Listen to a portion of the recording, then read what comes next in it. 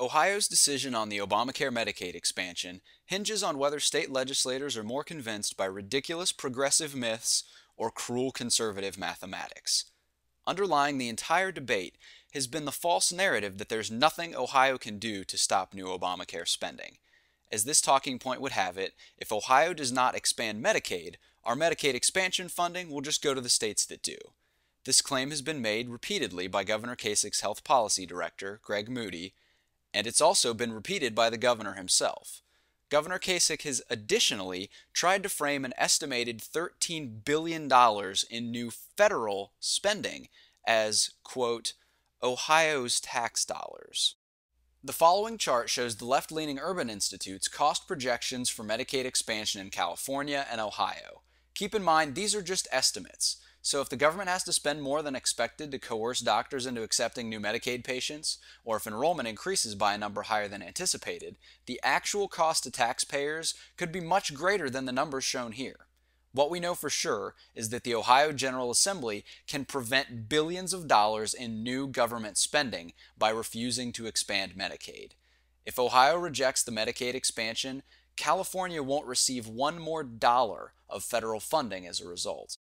However, the myth that Ohio can't stop Obamacare spending supports a related talking point that expanding Medicaid would be a compassionate way to help the state's economy, using federal funds to provide health insurance to the poorest Ohioans and create new jobs in Ohio's healthcare industry. Setting aside the fact that multiple studies have shown Medicaid is not a very effective way to provide care, the Foundation for Government Accountability has reviewed the results of Medicaid expansion in other states.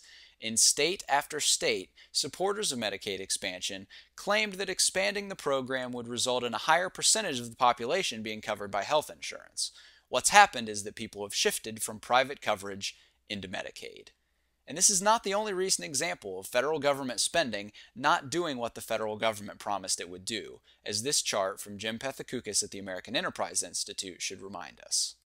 Until recently, Governor John Kasich was one of the strongest critics of President Barack Obama's 2009 stimulus spending bill and the 2010 Obamacare law.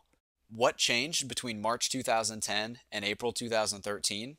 For one thing, the national debt increased from more than $12.6 trillion to more than $16.8 trillion. And yet, here we are with Republican Governor John Kasich insisting it's fiscally responsible for Ohio to expand a broken entitlement program at the cost of hundreds of millions of dollars in state spending per year, because it will cost billions of dollars in federal spending per year. The favored myth of the Ohio Hospital Association, which would really love to get its hands on some more taxpayer money, is that Ohio hospitals need Medicaid expansion to remain solvent because of other provisions of Obamacare which will reduce current charity care offsets hospitals receive. A look at the latest financial reports from Ohio Hospital Association members reveals that most of them currently receive little to no charity care offset funding. So the Ohio Hospital Association, whose president was paid a little over $600,000 in 2011, wants the state and the federal government to fork over billions of dollars in new spending to cover a few million dollars in losses from a few Ohio Hospital Association members across the state.